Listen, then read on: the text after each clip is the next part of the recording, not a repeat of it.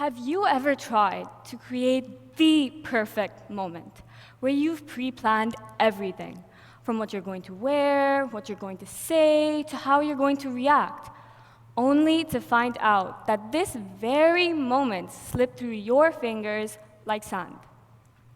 If you've been there, then you've just decoded the paradox of perfection. The truth is, more often than we'd like, we often find ourselves striving for an idealized version of ourselves, our lives, and just everything in general, only to find out that this very relentless pursuit of flawlessness can leave us feeling drained, anxious, and quite frankly, it's not much fun at all. Statistically speaking, 3 in 5 people overanalyze every bit of their lives. And I don't blame them. I mean, we live in a world where we are bombarded with images of perfection, where every single photo is meticulously edited and every flaw carefully concealed. It's gone to the point where our very own social media feeds are carefully curated to show only and only the highlight reel of our lives. It's as if perfection is the holy grail of happiness, but is it really? Let me confess that I've spent most of my life chasing perfection, from my grades in school to how neat my notes are, and even my career goals. I wanted everything to be perfect. I thought that this pursuit would lead to everlasting happiness. However, as I dug deeper into this very quest of perfection, I realized it was like chasing a mirage in the desert.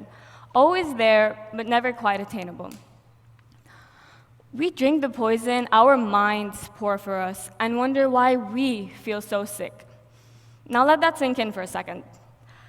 I don't know how many of you have read To Kill a Mockingbird, but it is very easily one of my favorite classics. And this one line Atticus said really stuck with me. It made me realize that our constant hunt for this paradox of perfection often hinders our well-being.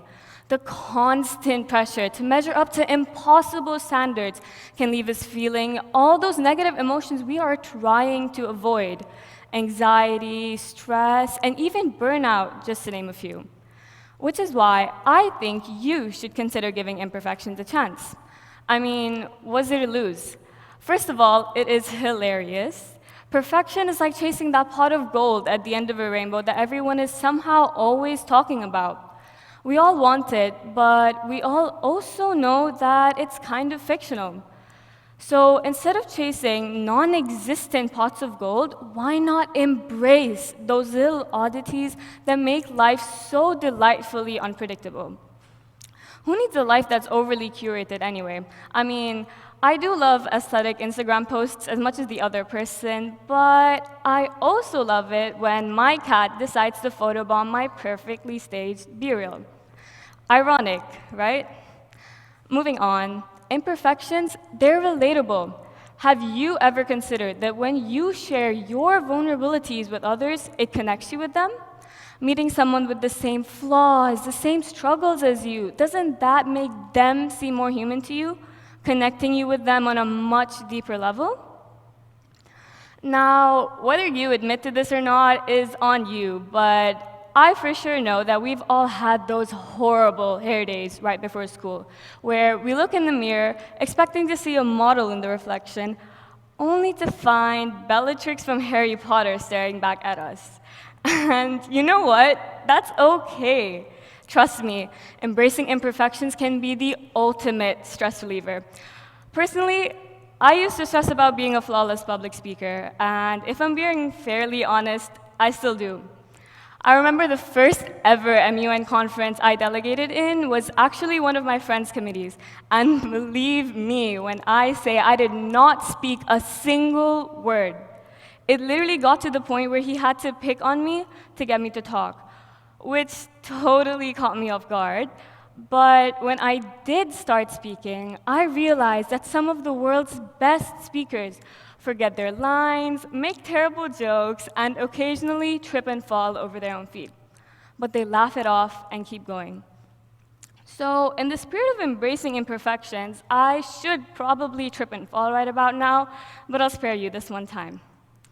You know, the power one word holds is insane. Imperfection. That one word that gets everyone shifting in their seats. What we fail to realize is that creativity, it thrives on imperfection. It's in the unpredictability, the uneven edges, and the unconventional that creativity finds its greatest playground. Imperfection grants us the freedom to explore uncharted territories, experiment with novel ideas, and stumble upon unexpected solutions. Yeah, a flawless canvas may be visually appealing, but what truly differentiates that and an extraordinary piece of art is those accidental splashes of paint or those unintended brushstrokes. Now, don't take this the wrong way and think that embracing imperfections means giving up on self-improvement, because that is really not the idea I'm going for.